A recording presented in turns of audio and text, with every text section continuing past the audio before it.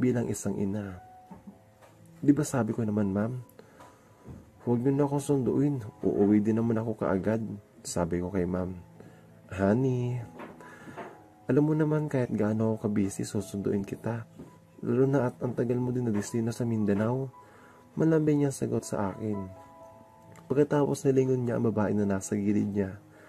Maganda at kakaiba rin ito at mukhang hindi rin nagkakalayong edad nila ni ma'am. Oo nga pala. Ito pala si Daisy. Kakwentuhan ko dito. Ang tagal mo kasing dumating. At Daisy, ito naman si Antonio, yun ko iho ko. Sabay pakilala sa akin at inabot ko naman ang kamay ko para makipagkamay sa kanya. Pagkatapos binati ko siya na magalang. Matapos noon ay nagpaalam na kami ni ma'am na mauuna na para umuwi. Habang nilalakad kami ni ma'am, hindi ko mapigilan na siya ay lambingin. Nandyan aakbayan ko siya pagkatapos hahalikan sa pisngi. Nani mo 1 taon na kaming hindi nagkikita. Kinakailangan ko pang yumuko ng bahagya dahil hanggang dibdib ko lamang si ma'am. Pitit siya pero nalalakihan ang kanyang mga asset mula sa harapan at likuran. Hindi ko mapigilan, hindi maging proud sa ma'am ko. Kahit na may anak na siya, anakas pa rin ang apil niya. At nung titingnan man kami, para lamang kaming tipikal na magsyota. Niyakap niya naman ako sa bewang habang nakasandal ang ulo niyang naglalakad kami. Ilang sandali lang bigyan ng salita si ma'am. Bakit? Hindi mo man ako pinakilala sa mga kasamahan mo sa army. Nakapagpasalamat pa sana ako sa pag-aalaga nila sa iyo. Lalo na nung disgrasya ka. Sabay angat na tingin ni ma'am. Nagmamadali kasi sila ma'am. Gusto ko nga sana ipakilala kayo sa kanila. Lalo na dun sa captain namin ma'am. Alam mo naman na type ka niya. Alam mo ba? Mukhang type ka niya. Kaya kinakamusta kayo? Panunokso ko kay ma'am. Hay nako Antonio. Alam mo namang wala akong time sa mga ganyan. Mahal ko ang daddy mo at masaya ako na kasama kita. Agad naman ako tumigil sa paglalakad at hinarap si ma'am bago magsalita. Ma'am, do you think this is the right time para naman sumaya ka? Matagal naman na wala si dad at alam kong gusto din ni dad na sumaya ka. Ayaw mo ba magmahal ulit? Tanong ko. Hindi naman sa gusto ko makipagrelasyon siya sa iba. Agad gusto ko lamang na sumaya pa siya lalo. Tumingala naman si mama at sinagot ako. Honey, naisip ko na rin ang bagay na yan. Alam mo naman di ba na tinry ko naman na makipag-date sa ibang lalaki pero kahit anong pilit ko wala akong natitipuan sa kanila. Siguro nga kung may lalaki mang nakakalaan sa akin, ay baka hindi pa siya dumadating at hindi pa itong tamang oras na maging kami right now. Right now, ang focus ko lamang ngayon ay ikaw at wala nang iba. Sweet na sabi ni ma'am. Para naman ako kinilig sa sinabi niya. Mahal na mahal niya talaga ang pamilya namin. Oo nga pala ma'am. Nakausap niyo ba si Kimberly? Pag-iiba ko ng tanong. Honestly honey, kasama ko sana siyang susundo ngayon pero tinawagan siya ng manager niya sa banda at may gig sila dito sa Manila. Kaya ako na lamang ang nakapunta ngayon. Para naman ako nalungkot sa sinabi ni ma'am. Kahit nasuportado ko siya sa lahat ng bagay, hindi ko pa rin magawang magtampo at magselo sa pagbabanda niya. Dahil feeling ko, naagawan ako ng time pero ano magagawa ko? Mahal na mahal ko si Kimberly magmula noon hanggang ngayon. Para namang nahalata ni ma'am naman nalungkot ako kaya agad niya akong chinir at nagsalita. Huwag ka na malungkot honey. Diba sinabi ko naman sa'yo na dito rin sa Manila tumutugtog sila Kimberly? Bakit kaya hindi natin sila puntahan at surpresahin? Narinig ko kung saan sila tumutugtog. Cheerful na sabi ni ma'am. Talaga ma'am? Magandang ideya nga yan at namapanood ko naman siya kumanta. Masaya kong sabi agad-agad kaming sumakay sa kotse ni ma'am para ihatid muna ang gamit namin sa hotel na chinek-ina namin ni ma'am. Tag-isa kaming kwarto, isa sa kanya at isa sa akin dahil alam kong baka makasama ko mamaya si Kimberly sa isang kwarto. Hindi na ako nagpalit ng uniforme. Nakapangsundalo pa rin ako. Agad din kasi kami gumayak ni ma'am para pumunta sa isang sikat na bar na pinagtatanghalan niya ngayon. Kilala ang bar na ito dahil kadalasan mga sikat na artist ang tumutugtog dito. Makalipas ang kulang-kulang kalahating oras ay dumating na kami sa bar na iyon. Mukhang mayayaman nga ang mga pumupunta dito. May mga nakikita pa nga ako mga sikat na artista na pumapasok sa loob. Dali-dali kami pumasok sa loob. Medyo mahal nga lang entrance fee. 1,000 na agad ang kailangan mong bayaran. Nang makapasok kami ni ma'am, medyo madaming ng tao at tanging sa last row na lamang ang available na upuan. Umupo kami sa medyo madilim na bahagi habang pinapanood ang pagkanta ni Kimberly. Kaganina pa siguro siya kumakanta dahil mukhang pagod na at pawisan na ang makasama niyang guitarist, drumist at pianist. Pwede na rin ang kasama niyang babae na singer din. Mula dito sa pwesto ko ay malayo ko siya napagmasdan at napapakinggan. Sa totoo niyan, ngayon ko lamang siya napanood ng live. Kumanta sa isang bar, kadalasan noon sa video okay lamang at kapag may okasyon at niyaya ako ng kuya niyang si Juan na pumunta sa kanila, ay doon ko lamang siya napapakinggan. Umorder kami ni ma'am ng light drinks lamang at ng mga pagkain dahil hindi pa nga kami nakakapag-dinner. Matapos namin kumain ay tumabi sa akin si ma'am at ipinatong niyang kanyang ulo sa aking balikat. Hindi ko tuloy maiwasan, masilip ang hardy ni ma'am at napapansin ko rin may ilang kalalakihan na napapatingin sa puno ni ma'am na may kaedadan ko, kaya inakbayan ko si ma'am para sabihin sa kanilang may kasama siya at iyon ay ang anak niyang sundalo. Makalipas ang isang oras na natapos rin kumanta si Kimberly. Nakita niya kami kaganina ni ma'am nang tumapat ang ilaw sa amin kaganina. Napagkamalan kasi kami magjowa at inasar kami ng isang sikat na komedyante. Pero sinabi ko naman na ang GF ko ay babaeng kumakanta at ma'am ko ang kasama ko ngayon at nasa stage naman ang kasintahan ko. Medyo kinalig sila at nagtitilian na malaman niya lang GF ko si Kimberly. Agad na hinanap ako ni Kimberly at tinawayan niya ako para lumapit dahil madaming tao na rin sa paligid. Kinalikan ko muna sa pisngi si ma'am bago ako nagpaalam na susunduin ko lang si Kimberly bago kami umuwi. Nang makalapit ako sa kanya ay hinila niya ako papasok sa isang madilim na party na backstage kung saan wala masyadong dumadaan at agad niya kinapit ang mga kamay niya sa may bato ko para halikan ko sa labi. Isang malalim na miss na halikan ang pinagsaluhan namin. Matagal din namin pinagsaluhan ng mainit na halikan bago kami dalawang naghiwalay at ipinagpatong namin pareho ng aming mga ulo. Kinabol niya pa ang aking labi bago niya ako halikan na mabilis at bago siya nagsalita. Baby, sorry. At hindi na kita nasundo kaganina. Kasama si tita sa airport. Balak pa naman kita i-surprise. Bilaan kasi at malaki ang alok na talent fee sa banda namin na kumakanta dito. Apologetic niya sabi, agad namang natunaw lahat ng tampo ko nang sabihin niya ang salitang sorry. Grabe. Gusto ko talaga ang babaeng ito. Apology accepted. Sabi muli kong halikan ang labi niya at bumulong ako sa kanya. Pero may utang ka pa rin sa akin. Sabay pisil ko sa kanya mapulang pisngi. Agad niya namang hinampas ang makulit na mga kamay ko at pinandilatan niya ako sa mga mata na parang sinasabi niya na umayos ako at baka may makakita sa amin. Dali-dali ko namang itinaas ang aking mga kamay na parang sumusuko ako sa kanya. Agad naman siya napangiti at hinila ko papasok sa dressing room nila para ipakilala ako sa mga kabanda niya. Makalipas ang ilang sandali, umalis na rin kami para umuwi sa tinutuluyan namin ngayong hotel. Ako na ang nadrive habang katabi ko si Kimberly at nasa backseat naman si ma'am na medyo nakapikit dahil sa pagod. Na makarating kami sa hotel at nasa tapat na kami ng kanya-kanyang kwarto namin, magkatabi lamang kasi kami ng kwarto na tinutuluyan namin ni ma'am. Bumeso muna si Kimberly at nagpaalam kay ma'am bago naman ako ang humalik sa pisngi niya para magpaalam din na magpapahinga na kami ni Kimberly. Pero alam ko na mas magiging mahaba-haba ang gabi naming dalawa. Tita, good night po. Paalam ni Kimberly. Good night din ma'am. Magpahinga na kayo at na makapamasyal pa tayo ng Maynila bago tayo umuwi bukas sa Pangasinan, pahabol ko.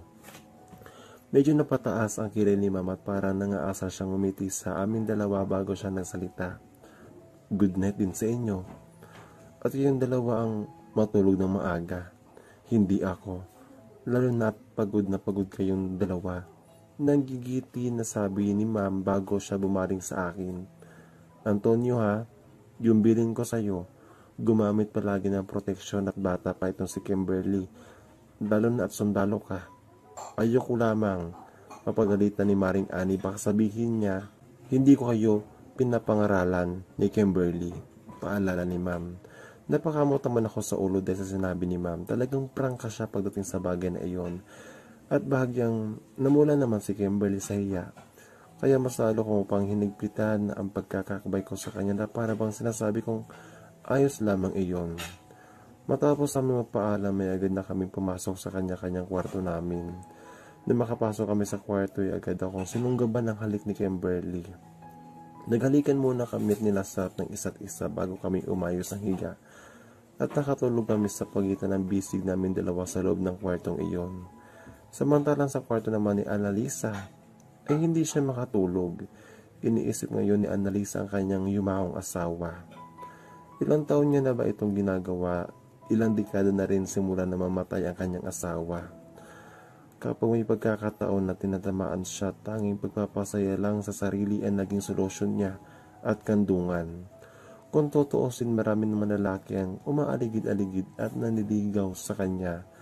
Pero kahit anong gawin niya ay wala siyang natitipuhan sa kanila. Mahal na mahal niya kasi ang yumawang asawa niya. At napakahirap na mga pinagdadaan nilang dalawa, kaya ganon na lamang ang pagiging loyal niya dito kahit patay na ito. Habang ini-imagine niya ang kanyang asawa ay biglang nagbago ang mukha nito at lumabas ang imahe ng kanyang anak na si Antonio. Sinubukan niya iwaksi ang itsura ng kanyang anak pero kahit anong gawin niya ay hindi niya ito maalis. At napakalaki ng pagkakahawig nilang dalawa ng ama niya at habang tumatagal nagiging kamukha nito ang kanyang ama. Dala na rin ay ipinagpatuloy niya ang pagpapasaya sa sarili niya kung saan ini-imagine niya ngayon ang anak niyang si Antonio. Napaluha siya dahil muling pinag-isipan niya ang sariling anak niya. Feeling niya ang sama-sama niyang ina at pati sarili niyang anak. Ang pinakamamahal niyang Antonio ay iniisip niya habang pinapasaya niya ang kanyang sarili. Sa kagitnaan naman ng gabi na naginip si Antonio na may nagpapasaya sa kanya. Habang nakahiga at nang tingnan niya kung sino, nabigla siya dahil ang nakikita niyang nagpapasaya sa kanya ay ang sarili niyang ina.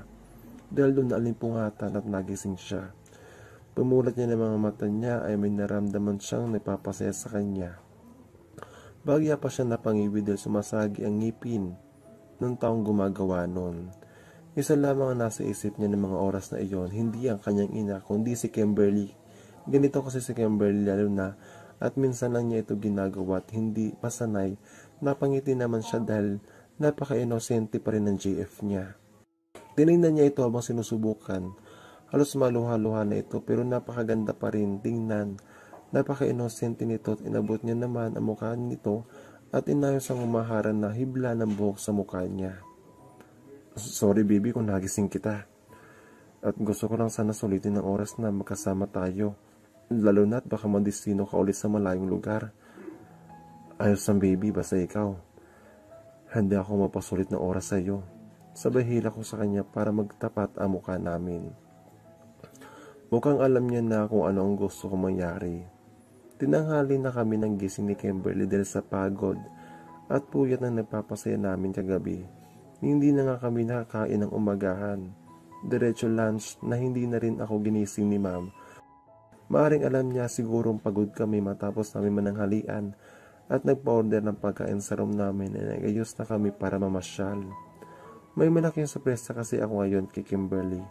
At kakuntsaba ko si Ma'am at sila Tita Annie pati si Juan. Nalaman ko malapit lang dito sa Manila. Ang tinitirahan nila samantala. Ang daddy ni Kimberly hindi ko na naaya dahil busy iyon sa trabaho. Sasabihin ko na lang sa kanya pag nagkita ulit kami. Namasyal at nag-mall kami ng araw na iyon sa mga sikat na pasyalan dito sa Manila. At mga malalaking mall, pinag-shopping ko si Ma'am at Kimberly. Kahit na halos wala naman silang gustong ipabili ng Gumabi na ay pumunta kami sa paborito naming restaurant ni ma'am. Naisip ko dalhin dito si Kimberly dahil hindi ko pa nayaya siya dito para pumunta. Kasama sila Tita Ani at Juan na dinner kami lima sa sikat na Ilocano Seafood Restaurant. Nasa isang mahabang lamesa kaming lima. Napansin ko na buntis pala si Tita Ani at masaya si Kimberly sabihin sa akin na magkakaroon na ulit siya ng kapatid. Samantalang si Juan ay wala pa rin pinagbago. Siya pa rin yung kaibigan ko nung high school na tahimik at seryoso. Habang masayang kumakain at nagkikwentuhan ng lahat, ay humugot na ako ng lakas ng loob para gawin na malaking sorpresa ko ngayong gabi na ito. Tumingin muna ako kay ma'am na para bang sinasabi ko na ngayon ko na sasabihin. Tumango naman si ma'am na parang naiintindihan ang sinabi ko. Agad akong sumay niya sa waiter para dalhin yung special na dessert kay Kimberly. Tahimik lamang kaming apat habang si Kimberly ay masaya pa rin nagkikwento sa mga plano niya para sa magiging kapatid nila. Inilapag ng waiter ang isang ice cream kung saan nakapatong sa ibabaw nito ang isang singsing na may makinang na bato sa gitna. Napating naman si Kimberly sa ice cream lalo na doon sa singsing. Pinulot niya pa ito sa ibabaw ng ice cream at tinignan bago siya nagsalita. Baby, what is the meaning of this? Naguguluhan niya pang tanong. Para naman pinagpawisan ako at kinakabahan pero nandito na kami kaya ituloy-tuloy ko na at wala ng atrasan. Baby, alam ko na may usapan na tayo na kapag nakagraduate ka na sa kolehiyo, tsaka na tayo magpapakasal kaya naisip ko na gawing official iyon sa pamamagitan ng pagpropose ko sa iyo ngayon. Baby, will you marry me? Kinakabahan kong tanong sa kanya. Para naman nabila si Kimberly sa naging tanong ko at bagya pa siyang hindi nakapagsalita. Tumagal din ng ilang minutong katahimikan bago siya tuloy nagsalita. Inabot niya ang aking kamay na nasa ibabaw na lamesa at apologic siyang tumingin sa akin na para bang sinasabi niya sa akin sorry. Baby, sorry.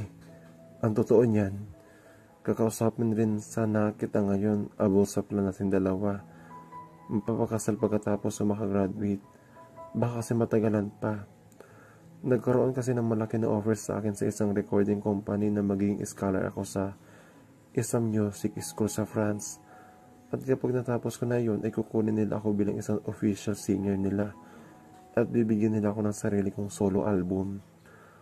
Para naman ako nang hina sa narinig kong sinabi niya at hindi ako nakapagsalita. Baby, ilang taon na naman yun at kapag natupad ko na ang lahat ng pangarap ko. Pwede naman tayo na magpakasal, diba? Pangungumbinsin niya sa akin. Para akong pinagbagsakan ng langit at lupa sa narinig ko pero pinipilit ko pa rin ngumiti at sumang-ayon sa kanya kahit nasasaktan ako. Ganun ba? Kung saan ka masaya, susuportahan kita kay Kimberly dahil mahal na mahal kita. Sabay ngiti ko sa kanya para takpan ang sakit na nararamdaman ko. Agad naman tumayo si Kimberly sa inuupuan niya at niyakap ako sabay halik sa labi ko. I love you, baby. Sabi ko na nga ba't maiintindihan mo ako? Sabay muling halik sa labi ko. Sobrang awkward ng paligid dahil nandoon ang mom ko, mami ni Kimberly at kuya niya. Nakita nila ako kung paano ako nireject ni Kimberly ang proposal ko pero sinubukan pa rin nila pag-aanin ang loob ko at sinabi nilang darating din naman daw kami ni Kimberly sa altar balang araw. Matapos namin mag-dinner, inhatid na namin sa parking lot si Tita Ani at Juan. Nasa isang bahay lamang sila tumutuloy malapit dito sa Manila. Habang kami ni Mama at Kimberly dumaan lang kami sa hotel na pinag-check-inan namin pagkatapos umuwi na kami sa Pangasinan. Habang nasa biyahe, nagkikwento pa rin si Kimberly na parang normal lang tulad ng dati tulang nangyaring proposal kaganina. Umabot din kami ng halos 4.5 oras sa biyahe. Hinatid ko muna sa bahay nila si Kimberly bago kami sabay na umuwi ni Ma'am. Alam ko na naawa sa akin si Ma'am dahil mahal na mahal ko si Kimberly kaya sinubukan niya pa rin pag-aanin ang loob ko. Kinabukasan agad tinapos ang 1-month leave ko para bumalik sa Mindanao. Tinapos ang 1-month leave ko para bumalik sa trabaho at madestino ulit sa Mindanao. Nung una ayaw pa ni Ma'am dahil hindi mo lang ako nagpaalam kay Kimberly at halos wala pa akong pahinga. Pero napumilit ako na umalis para makalimutan ko ang pansamantalang pag-reject ni Kimberly sa proposal ko na hindi ako nagpaalam sa kanya. At ipinasabi ko na lamang kay ma'am na sabihin niya na babalik na akong trabaho. At gumawa na lamang siya ng dahilan para hindi magtanong si Kimberly. Alam ko napaka-unfair na naging decision ko na umiwas kay Kimberly.